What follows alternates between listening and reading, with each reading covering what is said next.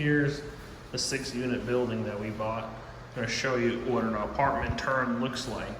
So came in with new subflooring in a lot of the section of this area because it was all messed up and rotten. On top of that, new luxury vinyl plank, waterproof flooring. Go in with basic shaker white kitchen cabinets. Gonna have a stove here, refrigerator here. New appliances, new hood vent, granite countertops.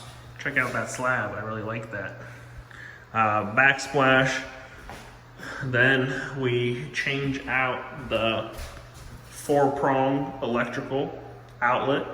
The old ones are 3-prong. We put the new 4-prong dryer connection. We change out the old connections for the washer and dryer, put in a new box, okay?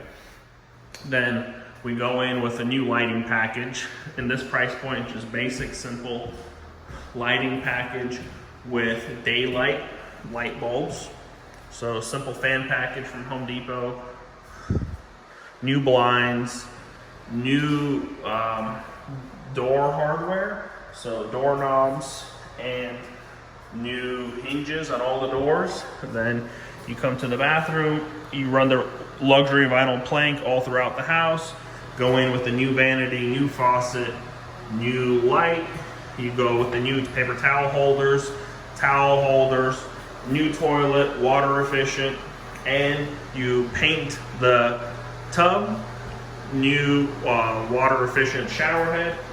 And that is what an apartment turn looks like. Here we go, we get into the mechanicals, go in with a brand new water heater.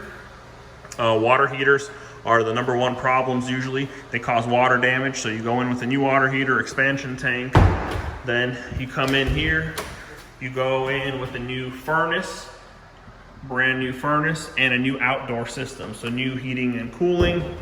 And we are waiting on new windows. We're gonna install new windows, and that is an apartment turn.